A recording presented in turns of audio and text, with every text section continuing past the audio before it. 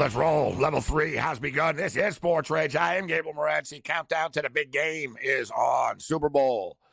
The San Francisco 49ers and the Kansas City Chiefs. We've had some line movement. We're going to get into the props tonight. We're getting caught to date with all the updated numbers. And, man, the modern sports bettor, I was going to say you guys are spoiled, but, you know, like, I don't want to be that old dude, in my day and this and that, because, you know, people, everyone always had their day, so to speak. But where I'm going with this is, it used to be a big deal. Like, we used to, like, anxiously await, all right, Super Bowl props. And it wouldn't come out, right? They would come out. Super Bowl props used to come out like this Thursday type of deal. They used to come out like the Thursday, the week before the Super Bowl. You know what I mean? You know, the weekend, you know what I mean? But going into the weekend before the Super Bowl. Like I talked about, it used to be a big deal, like the Golden Nugget games of the year would come out, the lines for college football in June. And there would actually be a lineup of sharps in Vegas, like ready to bet them. Dude, even last night, I could not believe how fast it was. I could not believe it. Like, they had the player props up for the Super Bowl last night, half hour after the game ended, after the Niner Lion game ended. I was like, I knew they'd have a point spread up and the MVP up and stuff, and maybe a couple of props up, but no, they had them all ready to go. Right? So, like, the market is going to change. And I don't like the term sharp and square and stuff, but I prefer sort of pro and recreational. Because, you know, sharp and square, you know, that's just so generic and implies that someone knows what they're doing, the other one doesn't. But I'm talking about, like, people that are betting big money, you know what I mean, or $1,000 on a prop or something 2 weeks before the game, right? They're going to get in on these numbers early. Shout out to everyone joining us on Sirius XM Channel 159. This is Sports Rage on the SportsGrid Radio Networks. I am Gabriel Morency. We'll welcome our AM radio affiliates momentarily. Countdown to the Super Bowl is on. Updated point spread right now, 1.5. It dipped down to 1, and the consensus right now is 1.5 everywhere. The total hasn't moved, 47.5. And as I was saying, and you know, part of it's good, and part of it, you want the nostalgia part in a way too, right? We always want everything quicker and all this. So as I was saying, like, you know, before you get the props later in the week and you'd look forward to it, you'd think about it. Now they're just there right away. I remember the days, man, you guys think it's crazy, but there was no internet, right? So this is like before the internet. And I used to wait like overnight, and I paid extra money. Like, you know, I used to go to this diner when I lived in this condo and I didn't have enough money. I didn't have a paper subscription. But I would stay up until like 3 in the morning, 4 in the morning all the time. And I would go to this diner because I knew this diner was one of the first ones in the city to get newspapers off the presses. And it would literally, like, you'd get like ink on your hand. It'd be so fresh, right? And why? So I'd be able to get the damn point spreads for the next day's games. There was no internet. I don't think a lot of like people that lived only in internet days don't understand like what it was. It was like, well, how did you know like this? How'd you know the point spread? We didn't. It was in the newspaper, right? That was it. It was in the newspaper. How'd you know the score of a game? You'd have to call a score hotline. And it was pretty crazy, man. I spent like $3,000 in a month once calling scores. I realized after, I'm like, you know, I was such a degenerate that instead of saying, you know, I got to stop calling all these score lines all the time and stop spending so much money on the score lines, I was like, I got to bet bigger units because I'm spending all this money just to get the scores, so I might as well bet bigger amounts on the game. But like I've told the story before. It's actually a true story. I went to a movie with a date, and I'm at a movie, and I had big money on a game, like a lot of money. It was like, I even remember the game. It was a Fresno State basketball game. And I was in trouble. I was betting over my head. I owed like a bookie $13,000, but I had $20,000 credit. So I was like, well, I'm screwed. So whatever, I'm going to go down swinging. And I put it all on Fresno State, and I went to a movie. I was too nervous to like watch the game or find out what happened. And I couldn't even watch it. I'd have to go to some sports bar and be lucky if they found it. Right. So I was like, whatever. And I went to a movie, But during the movie, I couldn't help myself. I kept like going to the payphone during the movie and getting the update on the score lines. And it really is out of The Simpsons in those days. So you're paying, and it would be like, the score. UNLV 62, Fresno State 60. And it would go through this like cycle. And sometimes, like, if you were in a club or a bar or something and you missed it, you'd have to, like, wait again. You'd be like, son of a bitch, I missed the score. Right? And you'd have to wait again, and it would go through a loop. So I went to the payphone so many times during this game. The girl, and I kept telling her I'm going to the bathroom. The girl followed me because she thought I was, like, up to something nefarious, and she caught me on the phone. And I told her, no, I'm not on the phone with another girl. I'm on the phone with a hotline. I'm calling for the score, which might be worse.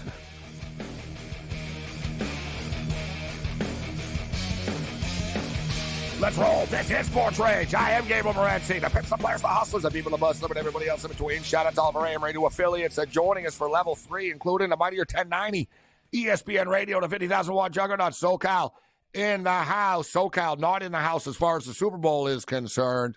NorCal is. The San Francisco 49ers punch their ticket to the big game, the dance. Meanwhile, the Kansas City Chiefs await. The Chiefs are the designated home team. We've had a lot of line movement as far as this football game is concerned already. The number opened up San Francisco -2.5 immediately after they beat the Detroit Lions. Early money came in on the Kansas City Chiefs. It was bet down all the way to 1. It's rare that the odds makers are going to be off by 1.5 for what the sharp early market thinks. People hammered the Kansas City Chiefs. I heard a lot of people talking today about, well, you know what, Kansas City are probably going to end up being favorites in this game when it's all said and done.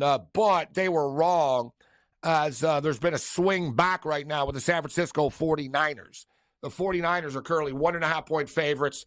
The total is 47.5. Remember, they played in the Super Bowl, and they got to 51 last time. Our boy Mo Khan is going to step up and join us. We've got a lot of football to unpack.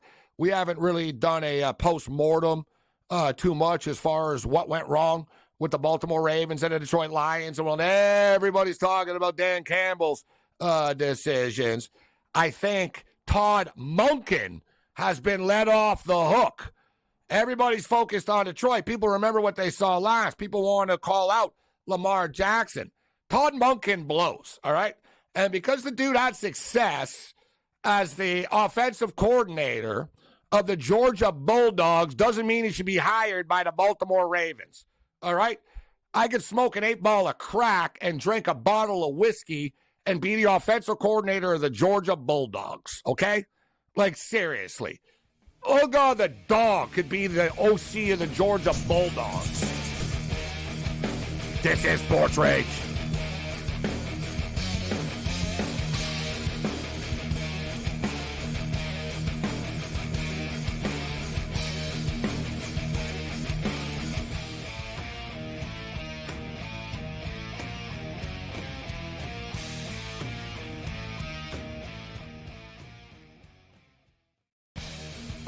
The Chargers have the 5th pick in the National Football League draft. There's a lot of different, like roads that they could take with this pick. And for the record as well, there's a few sports books out there already that already have next year's Super Bowl numbers up. The Chargers are like 30-1. So there's a lot of work to do. Sports Rage Late Night, only on SportsGrid. Quarterback at quarterback. We're going to lay some juice. We're going to have some dog prices, and we're going to go right in the middle. Because I don't know what they're doing. To me, they're in a complete rebuild, Kev. Go run. That's where overbackers on this 51.5 shot. So right now, we saw a little bit more over money, but it's hovering right around. The winner of this game will be the division favorite. I don't care if they win, because all we care about is the money, baby, the money. Pro Football Today. It's smarter to be on SportsGrid. This will not end well in Milwaukee. They will flame out. There will be problems, and we will see what happens of who's the next domino to go. Does Giannis just sign an extension, ask out after a year? Do they move on from Dame? Or do they start blowing up some of the other guys, Brooke Lopez, Bobby Portis, so on and so forth?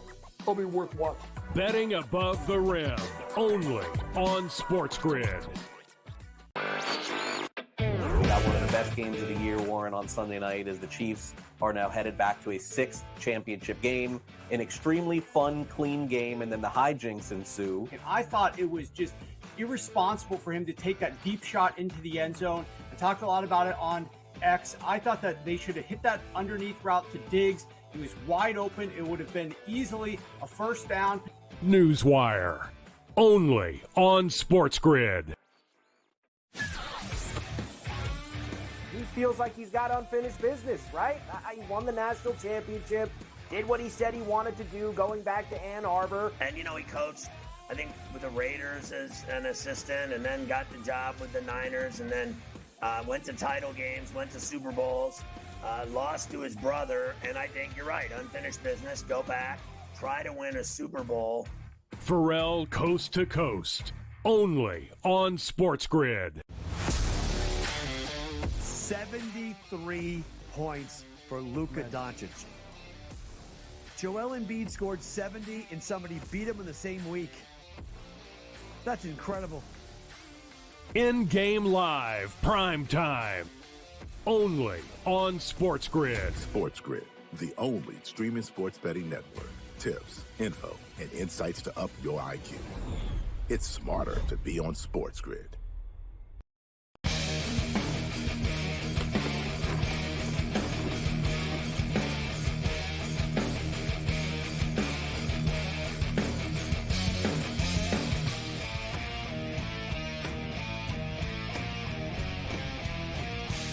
This is SportsRage. I am Morency, the pimps, the players, the hustlers, the people that bust them, and everybody else in between. Countdown to kickoff is on.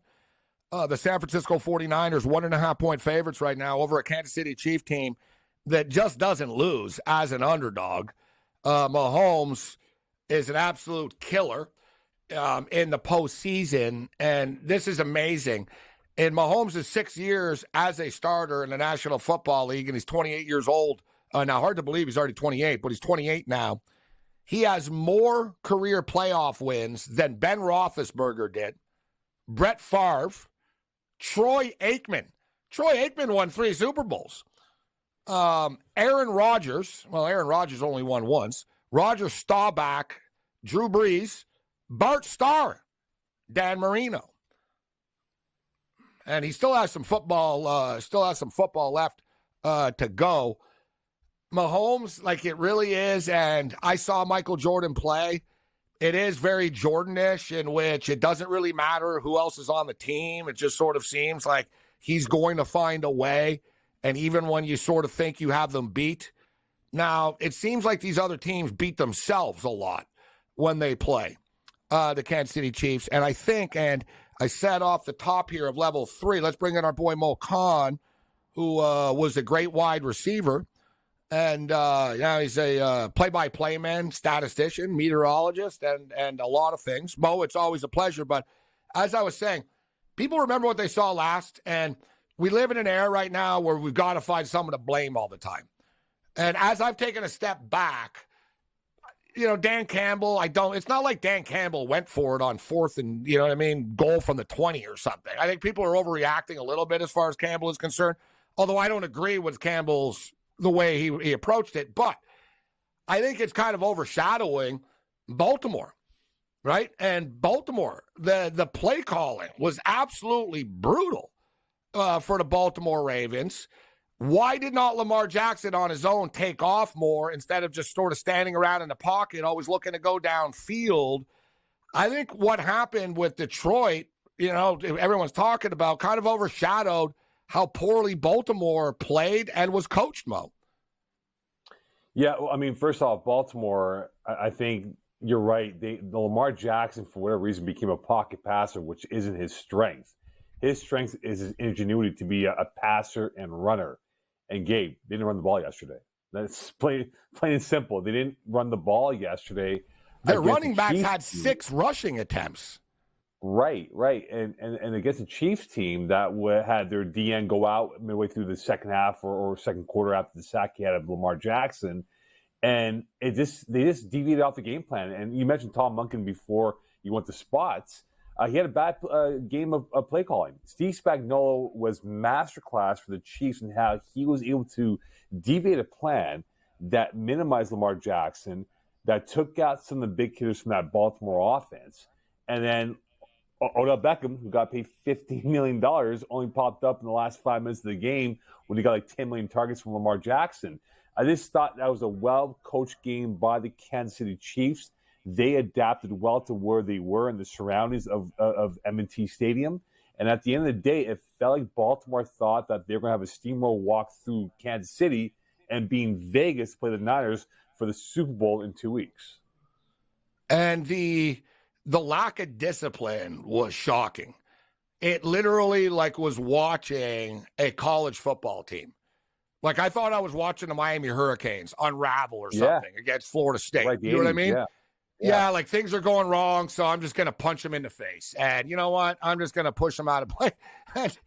and like Baltimore got to the point where, I mean, they gave him 30 yards on one drive. Like, forget about Flowers. Like, on the defense, like I said, stuff always gets overshadowed. Dude, on one of those drives, they gave him 30 yards in penalties, bro. Like, they smoked him after the play. Like, and it was just constant stupidity. The Travis Kelce stuff. They're getting into it with Kelce all the time. Kelsey's the wrong guy to poke, too. You know what I mean? He's the type of guy you leave alone and you hope he has a bad game and he's thinking about Taylor Swift or something.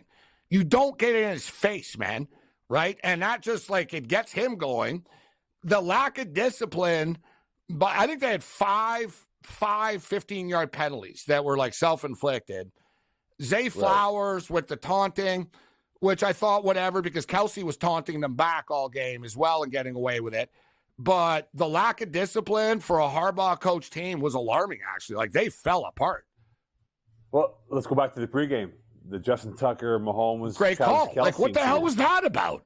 What are you doing? They woke up Kelce and Mahomes. That's what why? He did, right? I mean, it's not like Mahomes is in your way. You went in his face and set your kicking tee up. Why? And why? Why you do these things? Right, and let's not forget, this Baltimore team was stagnant for 3 quarters up until they brought in Terrell Suggs to pop the crowd in the football game. And you're right, the undisciplined penalties were awful. But in that football game yesterday, Gabe, I tweeted out that the Chiefs coach staff deserved full props because they were able to coach up their players for that moment, whereas the Baltimore Ravens were not coached up well. John Harbaugh was caught in something in a daze because Andy Reid was able to outfox him in all 3 phases of the football game.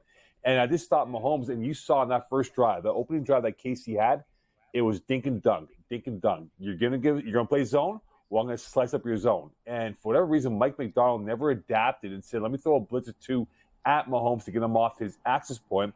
And I give full props, Gabe. You had asked me last week the biggest concern for the Chiefs. I thought their O-line would be the biggest concern because their tackles have been the most penalized tackles in the NFL. And they played a rather clean football game and neutralized that front 4. So that Chiefs O-line was spectacular, and Mahomes was eloquent in how he was able to just dissect and literally control the narrative of what the Baltimore defense threw at him from quarter 1 to the last play of that football game. Mahomes and Brady are being compared a lot right now over the last, 24 hours, and the comparisons of where they're at in their careers and the side-by-side number comparisons. But I think we're getting to the point now where it's the same type of thing where unless you smoke him, unless you get in his face, you're done. Point blank. It doesn't matter who his wide receivers are. If you give him time, he's going to make the play. And I talked about the stat going into the game, Mo, in which the Kansas City Chiefs this year are 1-3 if they give up 3 or more sacks. Buffalo did not get a sack. Miami did not get a sack. Baltimore got what? 1? Right? They got to him once? Yeah. So that's a massive key. Can San Francisco get to him? And what's so amazing about like you said, I talked about it during the game. I was on with Scott Farrell. If you looked at Kansas City, they did nothing. There's nothing complicated. It might as well Army's offense might be more complicated. If you look at what they did, they ran the ball literally up the middle. They played playground football with Mahomes buying time and throwing a floater over the couch and in the kitchen. right? And Kelsey catches hit, right? Like, you know what I mean? Like, nothing was sophisticated and, oh, yeah, we do this, sweep this, and we caught them off guard. It's like, no, they line up and they beat you. It's kind of crazy how they're doing this. And it's reminiscent of the Patriots, because I'll never forget what Brady said once. He said, we only have like 12 plays that we run. And he goes, yeah, we have variations of them, and we'll run them from different sides, and I can tweak things. But he goes, generally, we really only run 12 plays. And I was like, wow, if you think about it, right? And you play, you know what I mean? Like Kansas City, and Andy Reid's the type of guy to watch his film from the 1900s, like 1905, and tries to find plays. I get it. But it was very basic what they're doing. Yeah, what you saw was wherever the ball was lined up in the hash mark, on the wide side of the field is where they were able to exploit the Baltimore Ravens and the man-to-man looks that they threw at them. And you're right, all they did was Kelsey run a 5-yard hook, Kelsey run a 5-yard out. Rashee Rice, 5-yard hook on the sidelines. Isaiah Pacheco run a swing pass out from the backfield and catch the ball. And it was yards after catch that resulted in first downs. And this could have been out of line for Baltimore, where had Casey scored on their opportunities early in the first half, this could have been a bigger scoreline than what it was at the end of the day with Casey winning that matchup. Shoulda, coulda, woulda. This is SportsRage.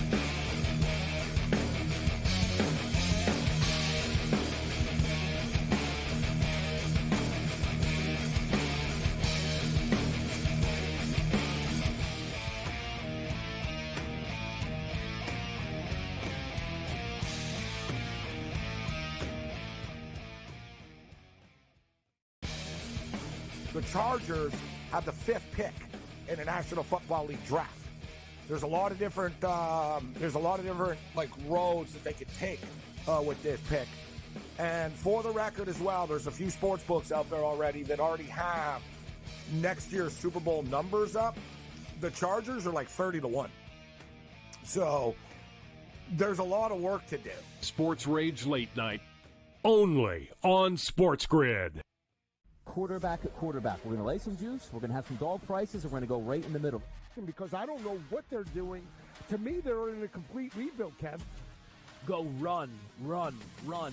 That's where overbackers on this 51.5 shot. So right now, we saw a little bit more over money, but it's hovering right around. The winner of this game will be the division I favorite. don't care if they win, because all we care about is the money, baby. The money. Pro Football Today. It's smarter to be on SportsGrid. This will not end well in Milwaukee. They will flame out. There will be problems, and we will see what happens of who's the next domino to go. Does Giannis just sign an extension, ask out after a year? Do they move on from Dame? Or do they start blowing up some of the other guys, Brook Lopez, Bobby Portis, so on and so forth? It'll be worth watching. Betting above the rim, only on SportsGrid. We got one of the best games of the year, Warren, on Sunday night as the Chiefs are now headed back to a 6th championship game.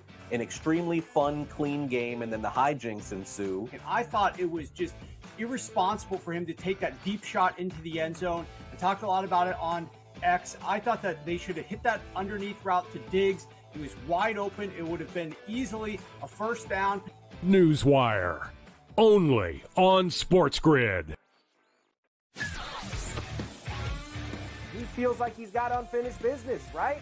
He won the national championship, did what he said he wanted to do, going back to Ann Arbor. And, he coached, I think, with the Raiders as an assistant, and then got the job with the Niners, and then went to title games, went to Super Bowls, lost to his brother, and I think you're right, unfinished business, go back, try to win a Super Bowl.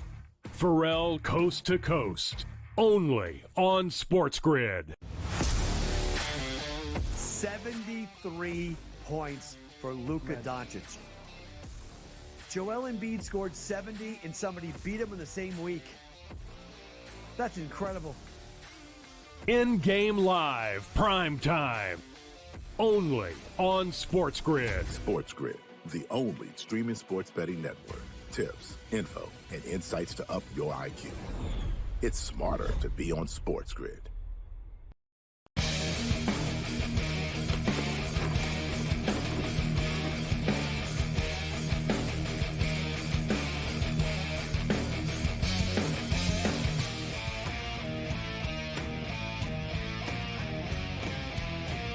This is Sports Rage. I am Gabriel Morency. Countdown to the Super Bowl is on.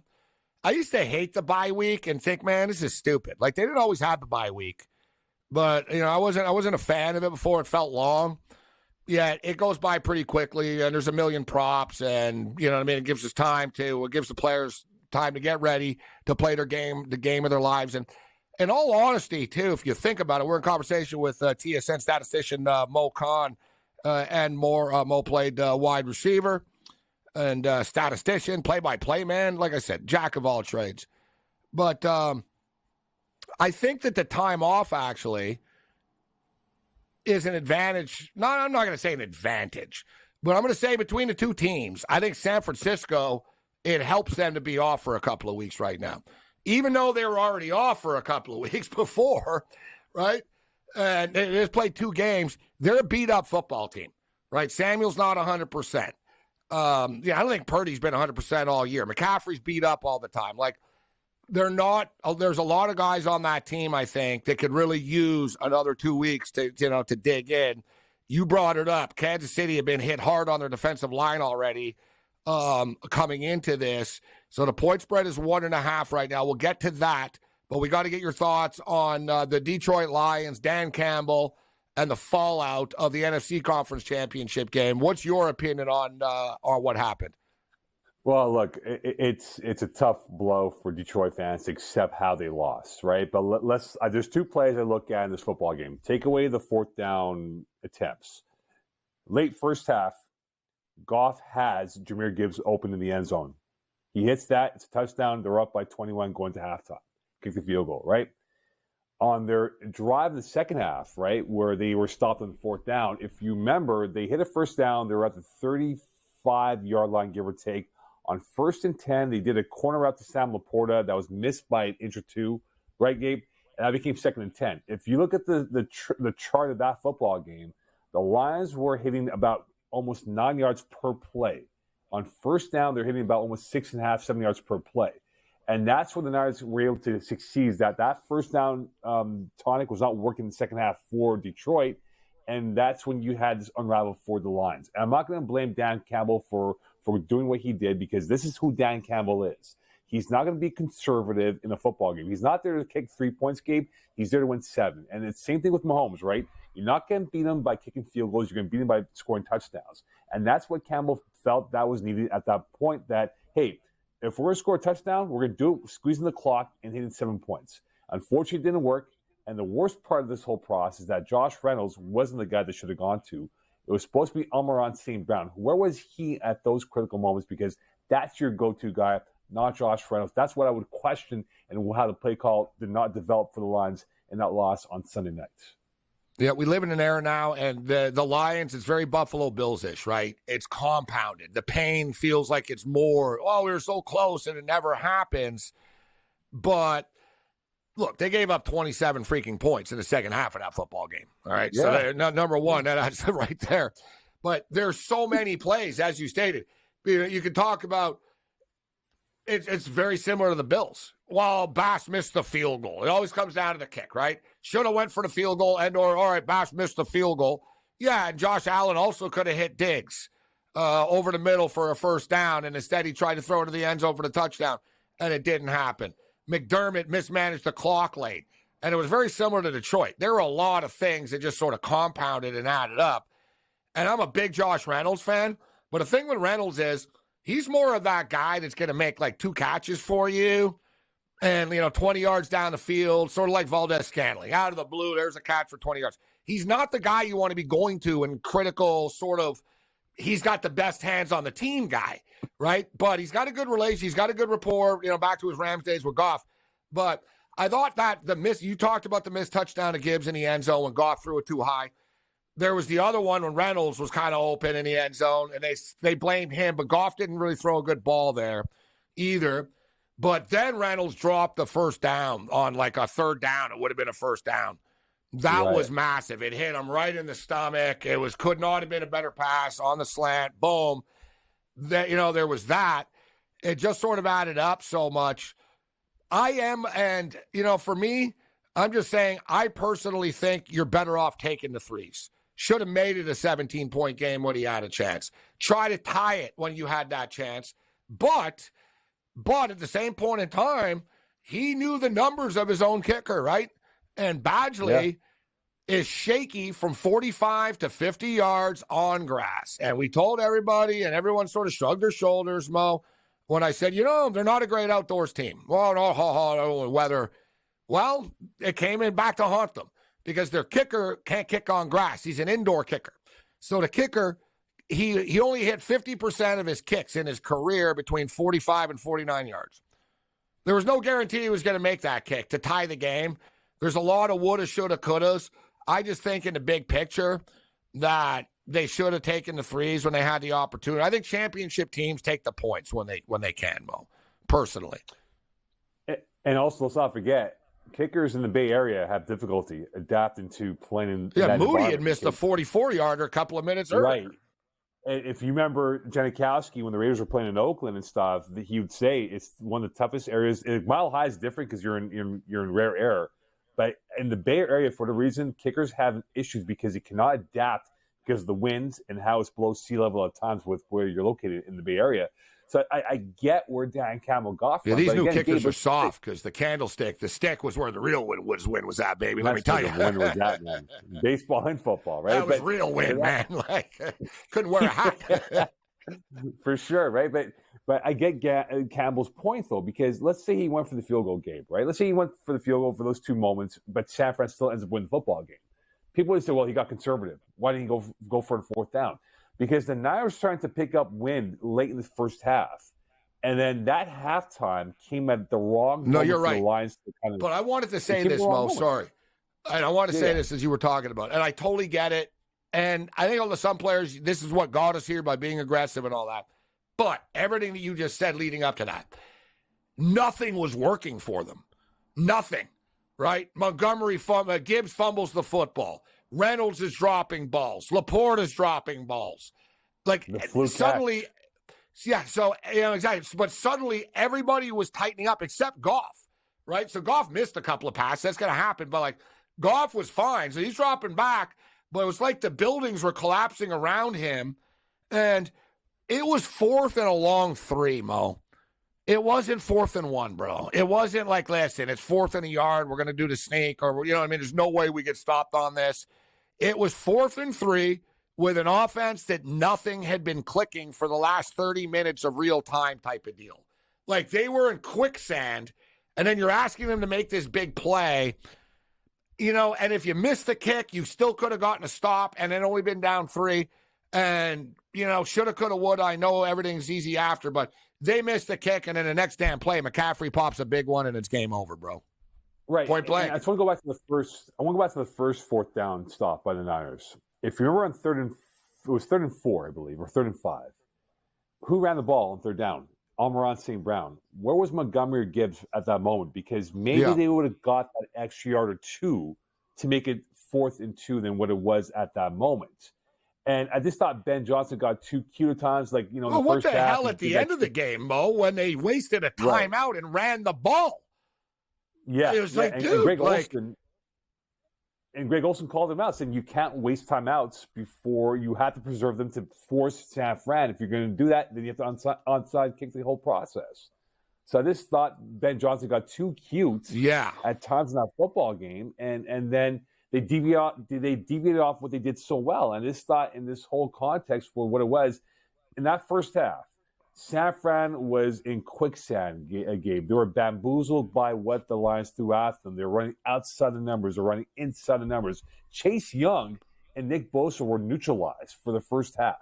And then it just turned for them in the second half, and they were able to win that football game. But also, Gabe, on the flip side, Detroit's defense, they can't tackle. They had no pass rush. Where was Ian Hutchinson in that football game? Nowhere to be found. In the open field, yards after contact was created by McCaffrey, by Debo, by the receiving core, and by what San Fran did. And that's where Detroit in the offseason have to address. They have $58 million in cap space. They have to get better tacklers and more playmakers on defense, because if they were able to create 1 or 2 plays in that game from their defense, they win that football game. We're talking Detroit against KC in 2 weeks.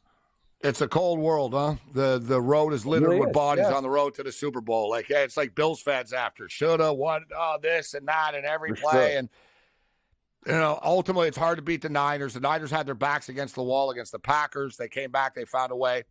There's no disputing that the Kansas City Chiefs road here was harder. Like, you know what I'm saying? Yeah. Like, if you look at the Chiefs, I mean, they go into it's not easy to win in Buffalo. You beat Buffalo. It's not easy, you know what I mean, to beat Baltimore. In Baltimore, you beat Baltimore and Baltimore. Right? You got the Miami Dolphins in cold weather. That was kind of a gift for you. But it really is amazing to me, though, how teams beat themselves when they play the Chiefs. Right? The Buffalo Bills beat themselves. They had that game. Right? The Baltimore Ravens, did everything that they never do, but that's greatness. Right there. So I want to go over the props. We're coming up against the break here in a minute. So what we'll do, we're going to give people the MVP numbers right now. We'll get Mo Khan's Super Bowl picks tonight as well. But as far as the MVP is concerned for the Super Bowl, Patrick Mahomes, plus 110. Brock Purdy, plus 225. Christian McCaffrey right now, plus 480 at some spots, which I think is a great number.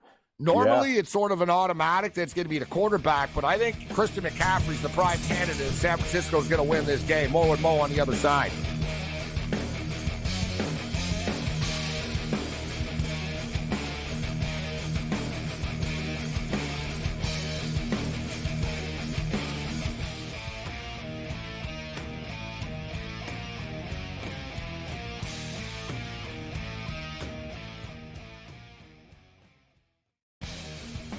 The Chargers have the 5th pick in the National Football League draft.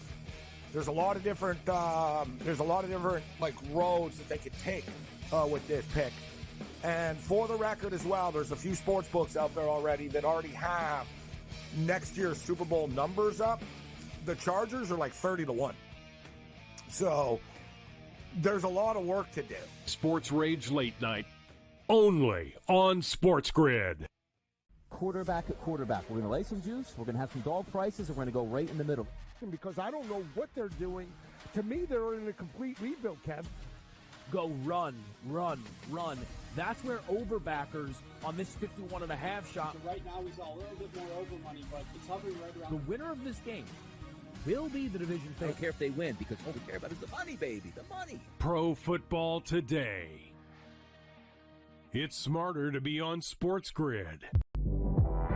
This will not end well in Milwaukee. They will flame out. There will be problems, and we will see what happens of who's the next domino to go. Does Giannis just sign an extension, ask out after a year? Do they move on from Dame? Or do they start blowing up some of the other guys, Brook Lopez, Bobby Portis, so on and so forth? It'll be worth watching. Betting above the rim, only on SportsGrid.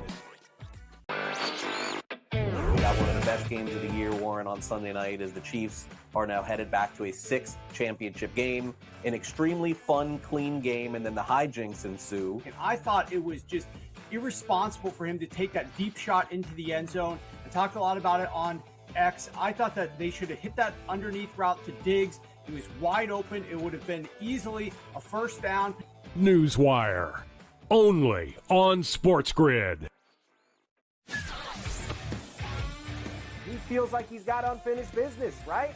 He won the national championship, did what he said he wanted to do, going back to Ann Arbor. And, he coached, I think, with the Raiders as an assistant, and then got the job with the Niners, and then went to title games, went to Super Bowls, lost to his brother, and I think you're right, unfinished business, go back, try to win a Super Bowl. Pharrell Coast to Coast, only on SportsGrid. 73 points for Luka Doncic. Joel Embiid scored 70 and somebody beat him in the same week. That's incredible. In-game live, prime time, only on SportsGrid. SportsGrid, the only streaming sports betting network. Tips, info, and insights to up your IQ. It's smarter to be on SportsGrid.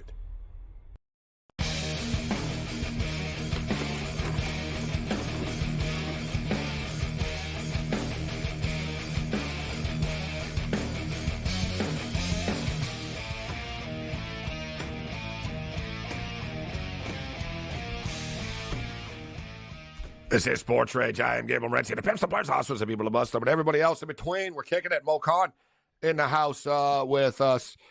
And I'm looking at the updated Super Bowl ticket prices right now. So I'm on StubHub. And they opened up in the $8,000 range, $8,000 and up, like $8,300 to literally sit in the upper deck of Allegiant Stadium, which is higher than normal, but we're in a crazy world right now.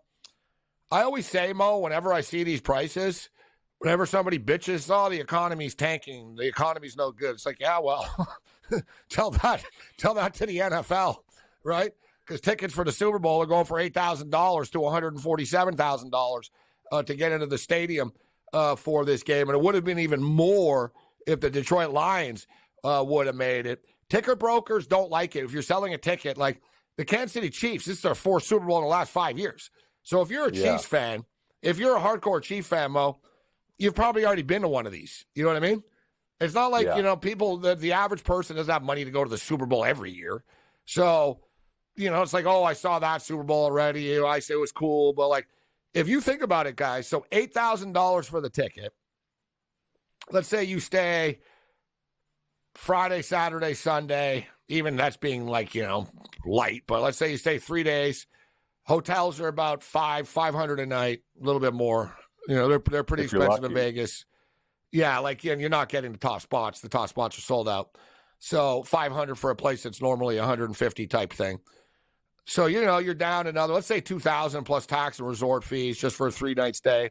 So you're down $10,000 for your hotel and ticket. You haven't eaten, taken an Uber, or had a single drink or placed a single bet yet. That's another $5 or so. Like, man, it ain't cheap to go to the Super Bowl, Mo. You know what I mean? Like, for the casual fan, like, you literally need, like, $15,000, $20,000 to go to the Super Bowl now to have a good time. Yeah, and not only that, though, because it's Vegas' first Super Bowl, there's more to be done outside of the stadium than actually in the stadium. So if you're going, I know you're going down for Media Week and all that, but Vegas very well. And you said off air that, hey, there's so much more to do outside of the game that really you're going to spend money elsewhere than the game outright. Well, people get lucky. This is the one cool thing. Exactly. Listen, we're going to be at the MGM Grand. So, to be honest, that's going to be my base. I'm going to do the show there, and I'm going to hang out there. And there'll be a lot of entertainment stuff going on there. And, like, dude, like, we did the NFL draft there. Like, the NFL sets up a store in, like, the sports book. Like, you know what I mean? Right. Like, you can buy Super Bowl gear. Like, there's stuff. So, like, that's the whole thing. And that's the cool thing, too, about Vegas. Because, if you're not going to go to Phoenix, hang around to watch the game in a bar or something. Vegas, though, Mo, you don't even have to go to the game. You hang around all week and you watch the game in one of the sports books. But even they are going to charge you like $300 to get in because seats are going to be at a premium. So you're a Raider fan. How do you feel about the Chiefs taking over your property, man? This is like, it's like another dude sleeping in your bed or something. Like, it's Al Davis. This would not sit well with him, knowing that they hated, and he hated the Hunts, and the Hunts hated him. So, like, that they're in his headquarters, Raider headquarters and practice facility will be draped in Chiefs gear all week. Yeah, they're going to urinate and literally soil in the facilities of the facilities in the Henderson. But it's ironic, Gabe, because I was saying to you off air that imagine if the Chiefs were to win the Super Bowl, right? They will do the exact same thing what the Raiders did on Christmas Day and smoke cigars in that locker room as a bleep you to the Raiders for what they did 6 weeks ago. And Al Davis right now is probably rolling his grave because what the Chiefs are going to do is probably drape the locker rooms for that week in Chiefs red, gold, and white colors and make it their home field, right? And not only that, though, right? Al didn't despise the Niners, too, because he always thought they were sort of the weaker of the Bay Area teams of the toughness factor, right? Because being in San Fran and all that. So he's got probably two of the most annoying franchises that he despises playing in the big game in his backyard now, his adopted backyard. So it's going to be fascinating to see this plays out. But again, Chief fans will show up in numbers, as will San Fran fans. And at the end of the day, Gabe, it's a business, right? As long as they make money and as long as Mark Davis gets money in his coffers, he's A-OK for that moving forward. Yeah, and Vegas as a whole, Listen, it's become the sports capital of America. It's the entertainment capital of America. They've had the F1, the Super Bowl. It'll just continue with next year's Formula One as well. What's crazy, though, is that the Super Bowl is not bringing in as much money as the F1 race did. It's pretty crazy, actually. It's like half only, too. The Super Bowl is going to bring like 800 million. Right? Yeah, the F1 brought literally like $1.6 billion in a 4-day span, bro. High tickets, high hotel rooms. F1 fans aren't going to McDonald's and stuff, bro. Like, they all went to the good restaurants. You know what I mean? They spent money everywhere they went. You know, hey, no problem. Give me the bill. Like, sign. You know what I mean? Like, you know, if you have to ask how much it is, you can't afford it, crowd, right? That's what it is. That's what they want Vegas to be. Like, Vegas, you know, they used to want, you know, hey, come down and drink a Bud on the Strip and, you know, we'll sell you a hot dog for $2. Why don't you play some $2 blackjack with us? They loved it and they encouraged it. They don't want those people there now. Like, if you'll notice, guys, walk down the Strip now, guys, and you'll notice places don't even have entrances anymore. You're like, yeah, hey, I'd like to go in. Let me check out area, man. This is a really cool facility. It's like you walk up, the door doesn't open. It's like, no, you're going to have to walk down here and over there and go through here. And it's their way of saying, listen, this isn't for you. Like, we're not looking for the walk-up crowd. Like, unless you're pulling up in a valet car here, like, yeah, this, like, yeah, like, there's no walk-in. The Wynn is like that. Like, I swear to God, try to walk into the Wynn. It's an effing adventure. Like, they do not want you getting in. Like, you figure, like, Vegas, like, no, come in, right? They're like, no. Like, there's you got to take this, like, walk thing, and it goes through a garage, like, through this. It's their way of saying, if you're walking in here, you can't afford to be here, right? So that's the one sort of downfall. It is super expensive now in Vegas. But speaking of super expensive, Travis Kelce, his props are normally super expensive, and understandably so. To me, Mo, as far as what Mahomes and Kelce did yesterday, and Rashee Rice, you talked about him, and it's Mahomes, sheer brilliance. In that it's one thing to have 11 catches in a football game and in a conference championship game. He was targeted 11 times. He had 11 catches. Yeah. Like, there's not one time did Mahomes drop back and throw it to Kelce and it was incomplete. Oh, that didn't work. 11 times he threw it to Kelce. 11 times Kelce caught the ball. He threw the ball to Rashee Rice 9 times, targeted 9 times, 8 catches. Like, the accuracy and the precision is just, like, you know, Brady-ish. So as far as Kelce is concerned, his props, guys, have always been 5.5. It was 5.5 catches against the Dolphins. It was 5.5 catches against the Bills. It was 5.5 catches yesterday against the Ravens, and he had 7, like, on the second drive of the game. He ended up with 11. They opened up this one at 6.5, Mo. How do you think Travis Kelce does against the San Francisco 49er defense? Over under 6.5 catches and over under 70.5 yards. What do you think? Over on both, Gabe. You look at Laporta, what he did. You look at the Green Bay Titans, what they've done. If there's one weakness for the Niners, it's not their front four. If they're locked in, they can rush the quarterback fairly well. But their pass coverage with their linebackers are good, but it's their secondary. And if Kelce gets lined up with a DB, he's going to win that matchup. And that's why I think he will definitely be over on both fronts on those 2 props that you displayed on the screen right now. So take that. He might get down the first drive game. That's how I think it can play out for Travis Kelce on that Sunday night on February 11th, how this can be for him. But no question in my mind that it'll be over for both those props. So what's the key to the game, Mo? Who do you like right now? And it's still early. It's still early, but if we don't get a chance to talk, because next week, you know, like I said, our schedule is going to be different and everything, but we'll see you online. But what's your early lean right now? For sure. Lean towards San Fran right now. It's that never die attitude for them, right? I mean, Brock Purdy has bleeped everyone, said, well, bleep you guys for doubting my skill sets. Came back against the Packers on that drive in the fourth quarter 2 weeks ago. I had a marvelous second half against the Lions last night. The question that I have for the Niners is, can they get to Mahomes? Chase Young was acquired for a reason. He wants to get paid big-time money here, Gabe. That's the guy I'm watching out for if he does play, because now the word is he may not even be playing on Super Bowl Sunday because of how poor he's been. But But Nick Bosa is going to do his damage. But look at Javon Hargrave, right? They brought him in for a reason, Gabe, from Philadelphia to push the pocket. Can the interior D-line of San Fran push the pocket against Kansas City? And remember, Joe Thuney will not be in this game more likely than not because of his injury. If that interior pass rush gets to Mahomes, I think that's why San Fran wins that football game, because they're going to get that pass rush and make it tough for Mahomes to be comfortable like he was against Baltimore.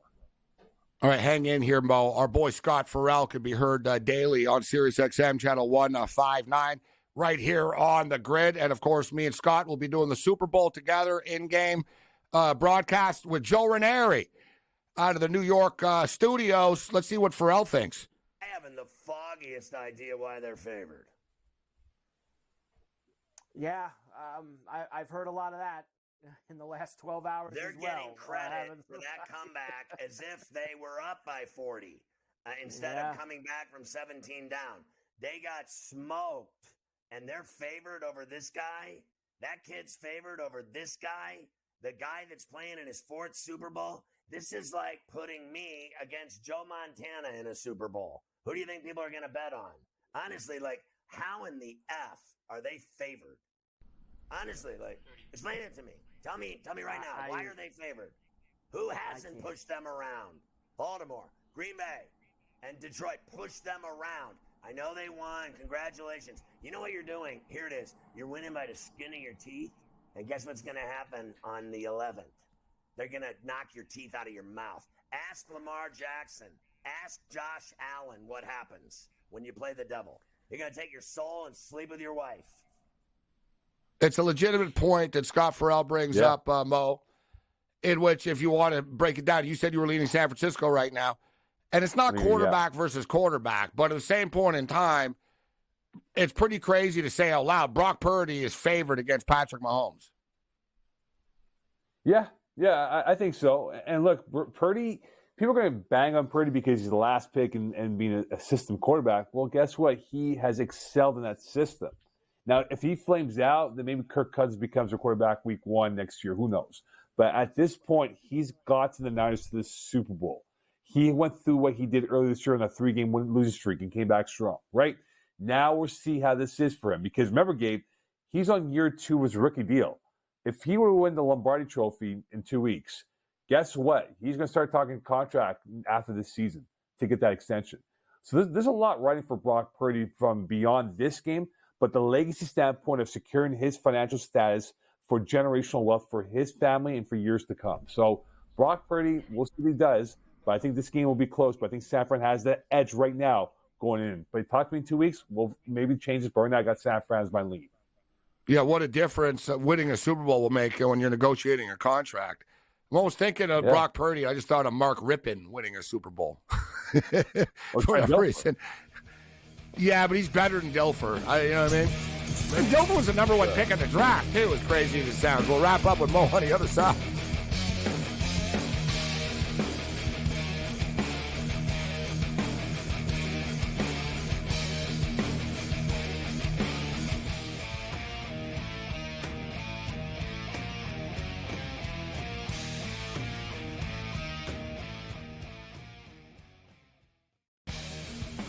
The Chargers have the 5th pick in the National Football League draft. There's a lot of different like roads that they could take with this pick. And for the record as well, there's a few sports books out there already that already have next year's Super Bowl numbers up. The Chargers are like 30-1. So there's a lot of work to do. Sports Rage Late Night, only on SportsGrid. Quarterback at quarterback. We're going to lay some juice. We're going to have some dog prices, and we're going to go right in the middle. Because I don't know what they're doing. To me, they're in a complete rebuild, Kev. Go run. That's where overbackers on this 51.5 shot. So right now, we saw a little bit more over money, but it's hovering right around. The winner of this game will be the division favorite. I don't care if they win, because all we care about is the money, baby. The money. Pro Football Today. It's smarter to be on SportsGrid. This will not end well in Milwaukee. They will flame out, there will be problems, and we will see what happens of who's the next domino to go.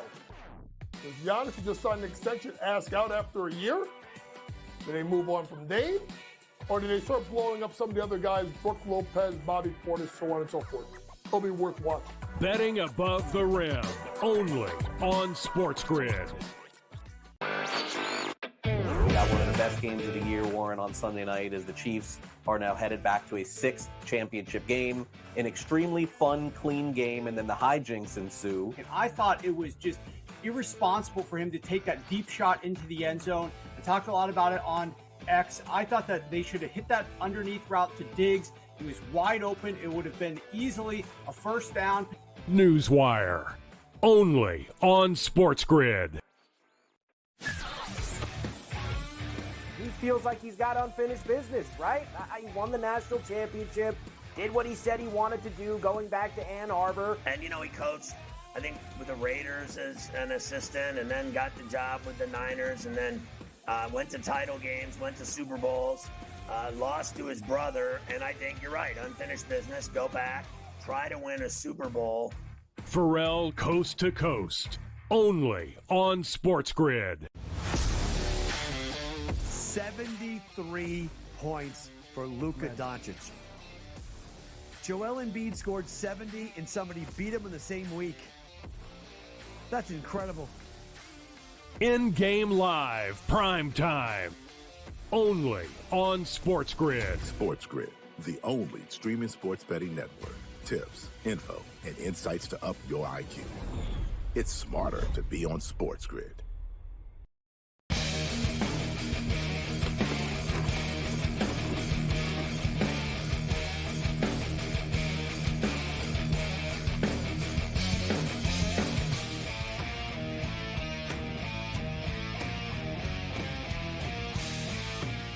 All right, our boy Mo Khan in the house, and Mo, we're going to give you a shout out. Actually, a lot of people always enjoy your segment. Shout out to our boy Steel City Steve in Pittsburgh, who's commented and said always enjoy Mo's segments, and amongst others on Monday night. So great job, Mo, this year during the football season. We're going to speak, like I said, we might speak before the Super Bowl, but if not, we'll speak the Monday right after the Super Bowl. But you're going to be our first one, so we always keep track of all of our guests and stuff.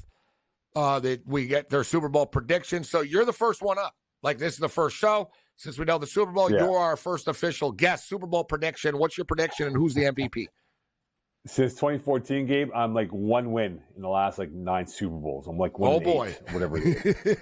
yeah. It was Tampa over Kansas City 3 years ago. I got San Fran. I got San Fran winning this football game 31-27 over Kansas City. 31-27, and who's the MVP going to be for the Niners? Give me McCaffrey, because that prop line that you posted up, that plus 480, give me McCaffrey for that one, my friend. Great odds. Like, if Purdy's not throwing 4 touchdowns and stuff like that. I like Purdy. I think he's good, but I could see McCaffrey. Look, McCaffrey had 2 touchdowns yesterday. So I could see McCaffrey running for 2 touchdowns. That could be enough if they win to get him the MVP. But, if McCaffrey rushes for 2 touchdowns and catches a touchdown too, it's just, sold with the 3. Any love for Kelsey at all? Will the media get Taylor Swift crazy and give it to Kelsey if he's got a couple of TDs, or do they go with Mahomes? Because Kelsey's 20-1. I think you go with Mahomes. It's a quarterback MVP, unless you're a running back. It's going to be Mahomes if Kansas City does win this football game. Any love, any chance that it's like a Bosa if he ends up with a bunch of sacks? He needs to get at least 3. I think he has to hit 3 or more to get that. But it has to be 3 impactful sacks. It could be 1 in the first quarter, 2 in the second half. It's a quarterback award, like you said. But normally you could just pick the quarterback of the winning team, but it's not that easy with Purdy as the other quarterback. Great stuff, Mo. Other than that, you're on your own. Later.